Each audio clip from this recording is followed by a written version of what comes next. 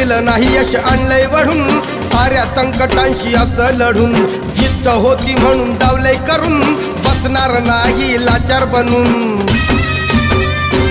येत नव्हतं चाला या चढावरून